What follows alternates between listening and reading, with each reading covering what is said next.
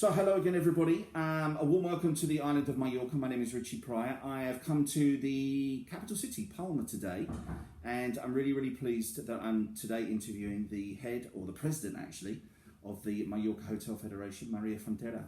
Hello. How are you? Fine, well physically fine, thanks God. Good. I'm just trying to adapt to the new circumstances that we have. So Maria, I just wanted to find out a little bit more about you first. You are from Mallorca originally, or where? Yes, I'm from Sóller, beautiful village on the northwest of the island, just located by the sea and the mountains, a privileged location. Now your mother and father owned a hotel in Sóller, or still do own a hotel? Yes, the hotel has more than 85 years old. It was started by my grandparents, and then my father, and now it's our generation that manages the hotel. Now, as you say, so yeah, beautiful. Yeah. Your English is very good, much better than my Spanish and particularly my Catalan. So where did you learn your English? Well, Spanish people try to learn English during all their lives, but my mom is from Denmark. Okay. So since I was a child, it was really important to learn languages. So they focused me to learn French, English, Danish, German. And I also studied in some parts of in London, in England, and also in the United States. So finally, my university degree was an American degree, and I really enjoyed those times.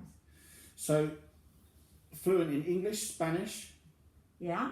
I speak Catalan? Yes, of course. You speak German? I speak German. It's not my best language, and I do speak also Danish. Right. And of course French. Did I mention French? Mm-hmm. Because Sóller was very much in relation with France, much more. For some years we used to have only French tourists. Okay. And most of the families in Sóller had relatives in France, because after the civil war in Spain we had some people that emigrated to France. So we had that commercial relation and family relationship with them. So we all learn. So, but in the job that you do, obviously, languages is a must, or it helps you when you're talking to people. I take it. Well, I think English is a must. German in Mallorca is also a must. And as more languages you know, it's easier to get personal relationships work better, because you can, of course, speak English with some Danish, but if you can address to them in Danish, it will open some doors. So I think we have to focus a lot on learning, not only languages, but keep learning all the time during all our lives.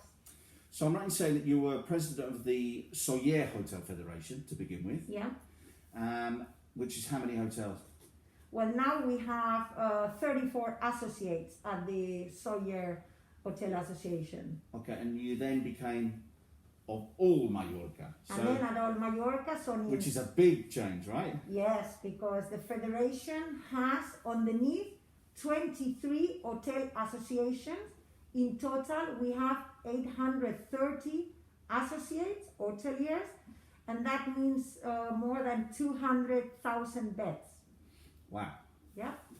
So, were you asked to become president, or was this an ambition of yours, or how did it all come about? Well, it was not my idea at the beginning, but we have some internal changes here, and suddenly we were running into elections, and we didn't have any team that wanted to take, the substitution of the last president.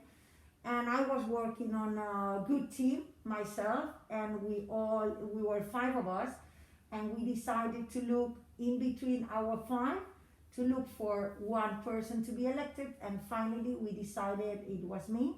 And then sometimes you have to come out from your comfort situation and try to do much more of what you are doing. So I decided it was my moment. My kids were also growing up and they were not at home. I just have one now at home. And I had some spare time, and I thought it was the right moment to do it. So finally I did it, but I never imagined that I was going to live a situation like we have lived in the past 2 years and a half, because it started with the bankruptcy of Thomas Cook, and then we have different new laws coming on, and the Gloria the weather storm, and then finally the pandemic, and now the situation is just you have to try to adapt and try to look always for the opportunities you have, even if it's a dramatic situation. I mean, I'm a positive person. We try, of course, with the help of the team that we have here at the Federation, and my Vice President Executive, Maria Jose Aguiló. She's the one running the day-by-day activities at the Federation, and we are a good team. We have been friends for more than 20 years, so we knew each other, and it was both that decided to go for the elections, and is the group of 6 people in total that we are trying to help the associates, advising, and just looking for the advantages that we may have on a poor situation like we have now. So you've been in for 2.5 years. How much longer have you got? Is there a period, or do you just, how long? Well, next year we have to decide what we're going to do. We have new elections, or we just wait a bit to see if the situation gets a little bit more calm and controlled, because now you have to focus on the right things. We had to reorientate our action plan that we had, that we decided 2.5 years before, and that's what we have to focus, reformulate, reorientate, like all the businesses are doing now. And we have to have time for that, and prioritizing is really important. So if it's not necessary to do it right at the beginning of the year, we can wait some months and try to see how we're gonna confront that next season, 2021. So, in all honesty, 2020 has been, well, tough to say the least, right? It's not been easy for pretty much anybody. I don't know anybody that hasn't sort of had a problem in some way, shape or form or another. But for you, as president of the Hotel Association here in Mallorca, it's probably not been a year that you remember fondly, I take it. No, I mean, at the beginning, we were nearly 240 hotels in March that we were open. When that suddenly came or arrived, because we knew what was going on in Asia, in China. And then we had to decide how to close the hotels, how to repatriate all the tourists we have at the hotels at the moment. And we had experience, because we have done it the September before because of the Thomas Cook situation. Yeah, of course. So at least that was a bad experience, but finally returning positive, because we were working with the embassy, the English embassy, the German one, the tourist authorities and the hoteliers, and we knew which were the different phases we have to do. And then we focused on what to do with the labor situation with the workers. That was difficult because the public administration was always late in taking the decisions and advising which tools we will have to try to adapt to the new situation, and of course try to help as we could as social needs that were flowing. And we sent the food that we had, the hotels that we were there at that moment open. We tried to distribute them through El Consejo de Mallorca to the ONGs, to the foundations that really could distribute it to the people in need. And also we sent blankets, sheets, and all kinds of furniture so they could adapt some of the public spaces for the people that didn't have any kind of home. Because at that moment, everything was closing, and we really had to find places for those people. So we were trying to focus at the beginning to how to close the hotels, how to help on those social needs, and then finally when we realized that that was not on short term, and we have to try to look at different scenarios, all the different needs were coming, and now we had to advise all the associates what we could have to make it better for the situation of the businesses, of course. It's been tough for everybody, as I've said, and you've just explained that. And going forward, obviously there are now testing now at the airports. which is, I think, is for me personally, I think is a good thing. I think it's, I think it should be for everybody personally.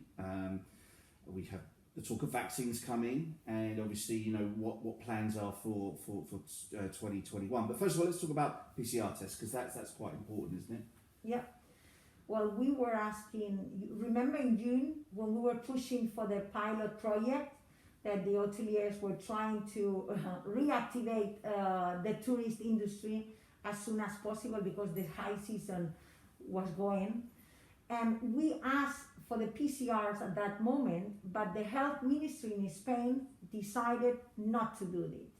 At that moment, we were following the instructions of the health authorities because, of course, they knew more information than the one we could have. Nowadays, everything is evolving and just getting better day by day.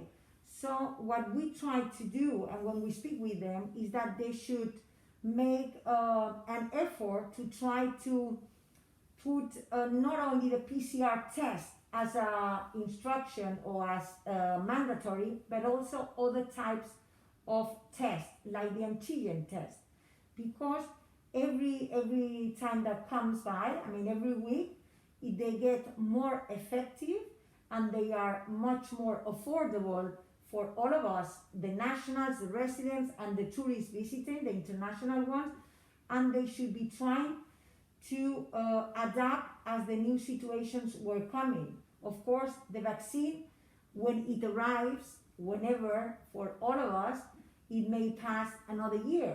It doesn't mean that it's something positive. Of course it is, and we really have more hope now for next season, but we have to be realistic. For the moment, test should be a requisite that is really necessary to preserve the security of the residents, the destination, and of course for the people coming to visit us. But it should be for all of the people using ports and airports. That means us, the residents, the national ones coming from other communities in Spain, territory mainland, and of course the internationals coming.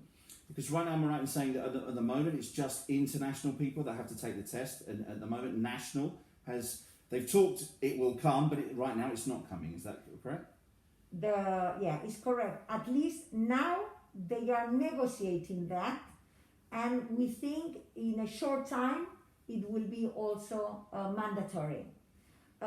In summer we didn't see any movement on that to come, but right now we are pretty sure that they are working hard on those negotiations with the ministers that are in charge of that. Sorry, I think I'm right in saying that there are at least sort of 12 autonomous regions that have a higher infection rate than even the UK and Germany right now on the mainland. So it seems strange that we wouldn't test everybody that's coming in order to... The idea for me going forward is that this island is a safe island to come to. When everybody comes, that they come, that it's... You actually understand that when you arrive, it's COVID free. Yeah, listen, there might be the odd breakout, we all understand that, but it's not like it has been obviously in the course of this summer. That's really, really important for you and everybody, I understand, that's in this sort of situation. No, of course. I mean, it's really necessary, and it's for us mandatory that all of the people using ports and airports will need to have a negative PCR to come in, or this antigen test. The test that is more effective and more affordable for the people should be the one that should be implemented. And in 1 month there is another one that is even more efficient, they should change it for that one. I mean, and it is necessary to understand, mostly for our government in Madrid, that this should be implemented right now.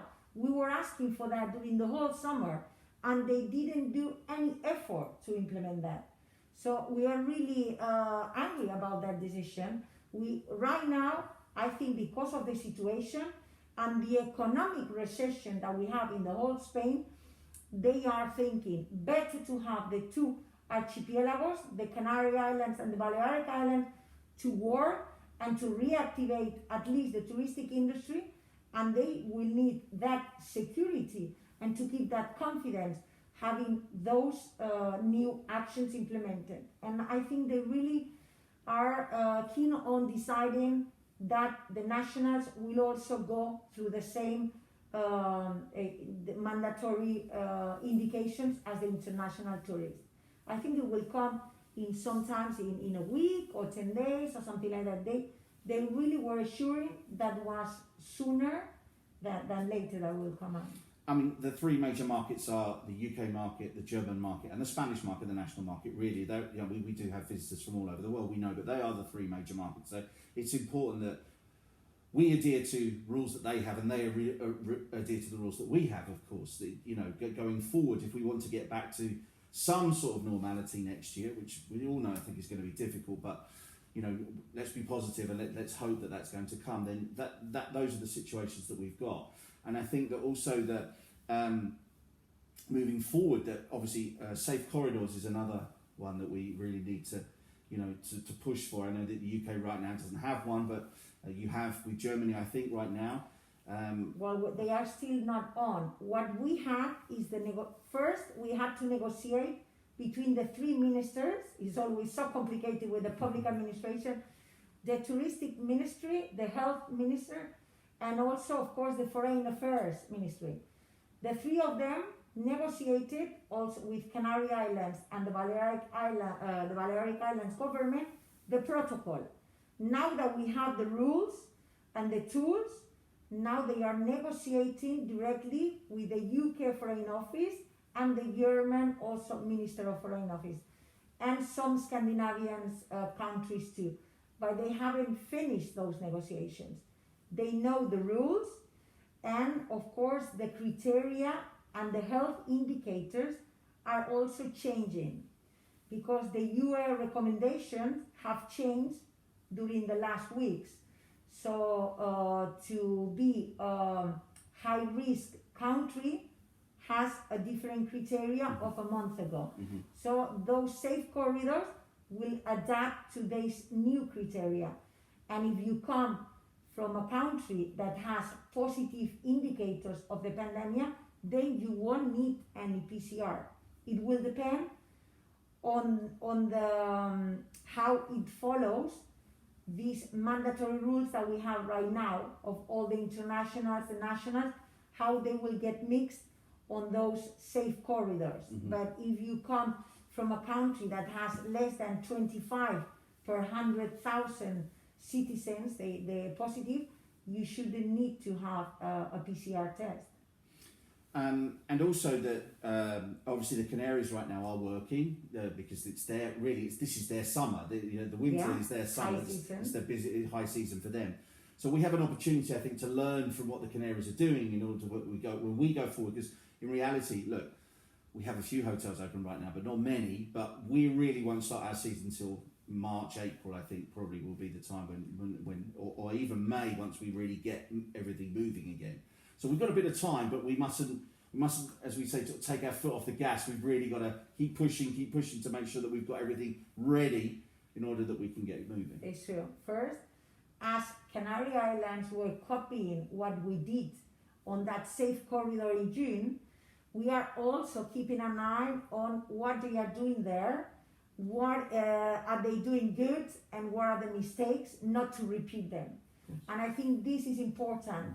And as it is on science, it is also on the pandemic situation. We have to learn from our mistakes and make it better. We have to take the opportunity of the things that we see we can make much better. And we are changing the way that we are doing things in many ways. And it is important that next season, even if it starts in March or April or May, this is something we don't know right now. We need certainties. That is something we have been always looking for. And sometimes we are depending on external factors like the connectivity, the situation of the tour operators, the situation of the firms, the hoteliers companies, because you may know there are many needs of liquidity and labor flexibility and tax reduction, etc. So apart from those external ones, sometimes we can work on internal ones to assure a better position for when it comes the right moment to be ready. And that means taking advantage of the technologies we have now. This radar COVID application, it wasn't prepared in June, but it's now on. So we all have to be individually responsible to download that application so we can use it. All the tourists coming visiting us, the national ones, the English, the Germans, they also have to have it. For now, what I know for the last news is that, for example, for the one in Germany, is the same application, it's totally integrated. So if you have the Bluetooth on, it will just get connected. They are working for the integration of the English one. But at least the radar COVID is translated in different languages, and that is also progressing in positive. But we have to have more the tracking system is very important. We have more people working on that. And I think if you work on all the actions in parallel, we get a safer and a stronger position. But we have to be very rigid and strict on the measures, and we all have to be really good coordinated. Now, what are you hearing from your members? You know, some of these hotels, once we hopefully get open in April, some of them wouldn't have been open for nearly 18 months. It's a hell of a long time, you know, to be not have any money coming into the business when there's normally quite a lot going out. What are you hearing? What are they going to need in order to get this thing moving again? Because Mallorca without tourism is not a very, you know, attractive situation. I think our GDP is 44% of tourists reacts at 44%. But if you take in everything, third party people that work sort of not in tourism but around tourism, it's about 85%. I'm reliably informed. So it's really, really important that we reactivate this market, but it's going to be difficult. Well, as you mentioned, some of the businesses, not only the hotels, all the tourist firms working on the tourist industry, some of them from October 2019, they haven't had any business at all, any increase. So the problem is that how can you protect those firms that were really good working businesses? I mean, they were really good, so they didn't have any problem. How can they wait as hibernate till the moment they can be reactivated? So we were this summer, some of us, the ones that would have an opportunity to open the hotel or the bar or the restaurant, was depending on the location you had, the market you were addressed to, the different possibilities, and with commercializing with whom you had some of the contracts with. So what we needed first was liquidity to protect cash, because the only thing we had is just to pay many invoices. I mean, the tax costs are really high. We didn't get any help with not even some of the town halls have been working a little bit on giving us flexibility on paying, maybe postpone the payments, but they didn't do much effort. So we are working on that with the public administration locally at our Balearic government and also in Madrid to receive some direct help on that, because they didn't reduce anything. And also with the banks and through the loans, eco loans, we had been helped. So most of the businesses have had the opportunity to ask for those loans, but still nobody thought it was going to be such a long term, the necessity. So what you expected to for 3 months or 6 months, we are not studying different scenarios for a year, 2 or 3, because they don't expect to return to what we thought it was normal 2019 till maybe 2023 or 24. I think the situation is changing abruptly. The demand is changing also, the type of clients, the businesses. We are working and taking advantage on training our staff on what we were doing before is now accelerating, but we are working still on circular economy, digitalization, the training, upskilling, reskilling, many things. But it's a bunch of measures. Financial, labor situation, how is going to be the labor flexibility next year, we still don't know. We don't know if we're still going to have some loans available, if we need more cash. We don't know if that tax reduction is going to be implemented for next season. So we are not getting much help from the public authorities, and that means that some of the businesses will disappear.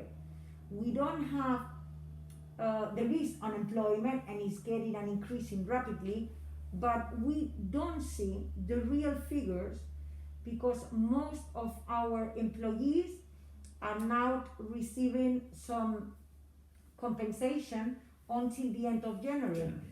So you don't see the real unemployment. But after that, next season, when you see the opportunities that we will have to get reactivated, you will know the necessities of labor that you have on the firms. It's not that we don't have all of them to have employment, but it's just that maybe the occupations will be 15%, 10%, 20%, and not all the hotels will open for sure, because the demand will not be as it has been on the last years.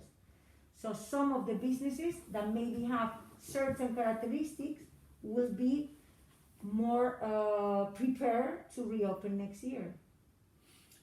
Tourist tax.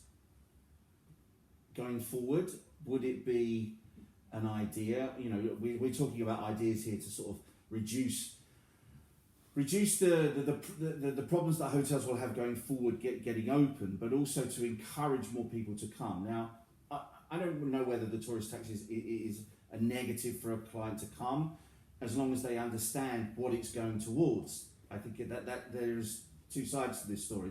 There always needs to be what it is, or why it's there, but also what it's doing going forward, because there's the talk of what it does, what it pays for, and everything else. How would you see it next year? Would you cancel it? Would you hold it maybe for next year just to try and encourage more people to come? Do you think it would make a difference? Well, first of all, I think all the firms, not only from the tourist sector, we all have to focus on sustainability and not look to make a better place on the communities where we are working on. So it shouldn't be necessary to have a touristic tax. I think the touristic industry is going towards a much more responsible and sustainable tourism. But now that the authorities had that implemented, where that money goes, how they are managing, if it's not efficient or efficient, which is not efficient from our point of view. So what we asked when the pandemic situation was on, why don't you put it on zero? Because you need to give a message to the people that are trying to visit that not only is a secure destination, but for the moment we try to put to have less mandatory taxes, and like that maybe was a positive message. They didn't want to change that. And when you charge the tourist tax, what it should be positive is to tell the clients what do they do with that money, which projects, in which location, so maybe they can see that. Well, it's very difficult to explain, so we cannot explain that.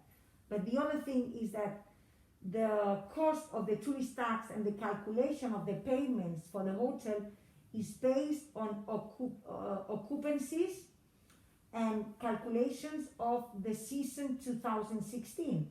So it is impossible that we can afford to pay that tourist tax this year or next year.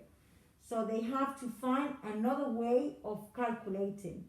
They didn't want to do it direct. I mean, one guest, so pays directly that as we have to manage that money and give it to the public, the one in charge, on the time they said it is difficult for us for the bureaucratic paperwork and everything. So the most suitable option should have been stop to charge that this year and of course next year 2021, because there is no way of knowing the situation we're going to have next year.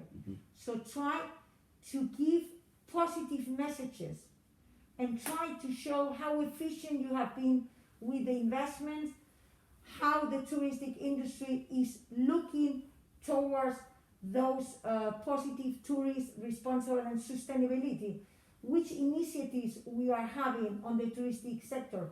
We have to be able to show this change that we have been doing during the last at least 6 years mostly. You know, we invested more than 2,000 million into repositioning our touristic product in investments, not only in to be more effective with the energy, with the water consumption. We are also working on transforming our organic waste into new resources with the farmers. We give that natural compost. We have those agreements with them, and then they grow the products. They sell it to us. We use it in our buffets or in our menus, so the tourists get to know the kilometer zero local products. We boost the local economy, and at the end they get to know how our community and our local products work. So I think those initiatives are the ones they should be focusing on and talking.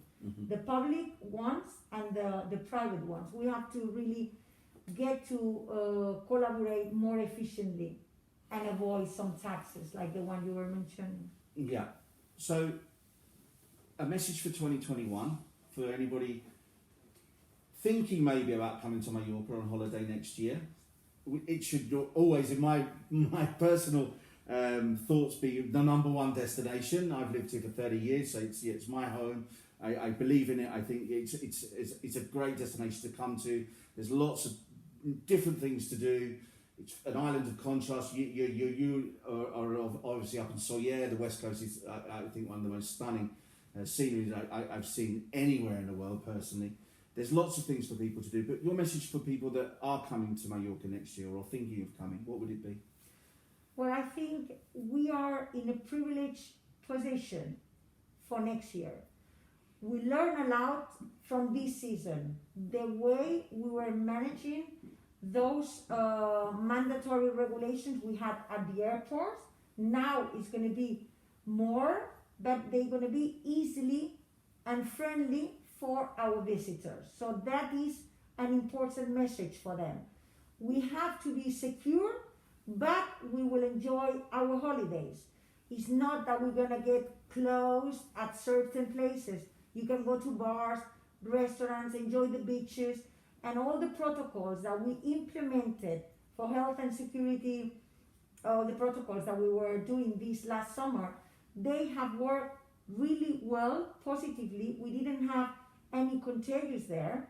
So that's shown on the figures that the public administration has.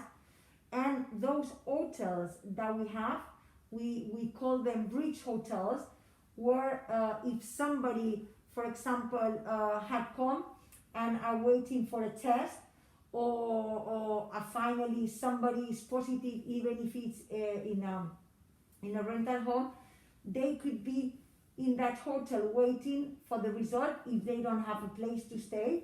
And if it's positive and asymptomatic, you can also be there.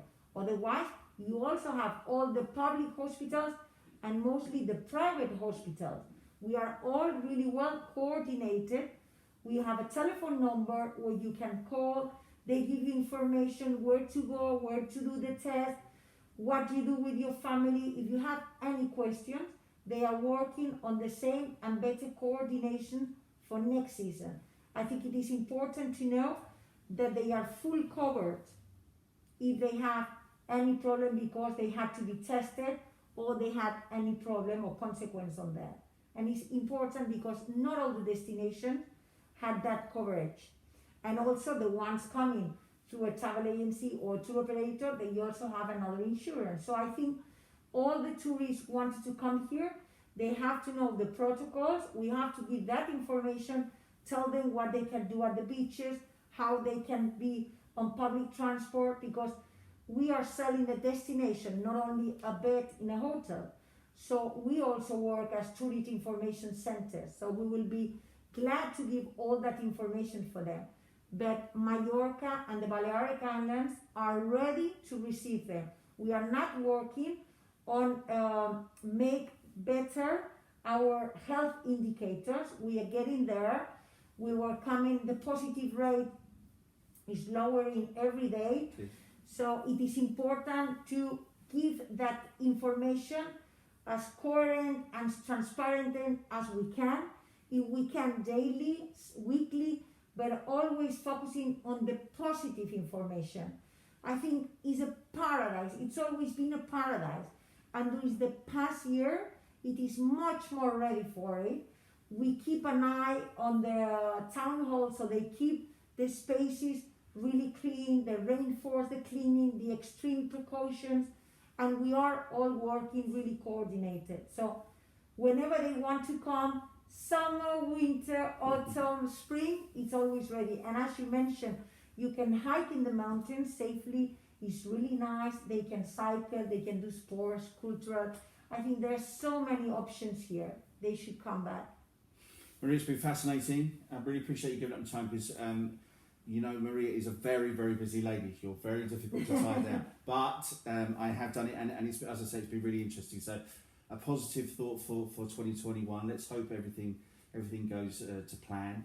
And I think when what I'm hearing, the plans are in place. We just need to get everything ready, and we'll be ready for next year. Thank you. Of course, thanks to you. A pleasure to have you interviewing, and a pleasure to receive all these English tourists, and mostly, you know how many repeaters we have year by year.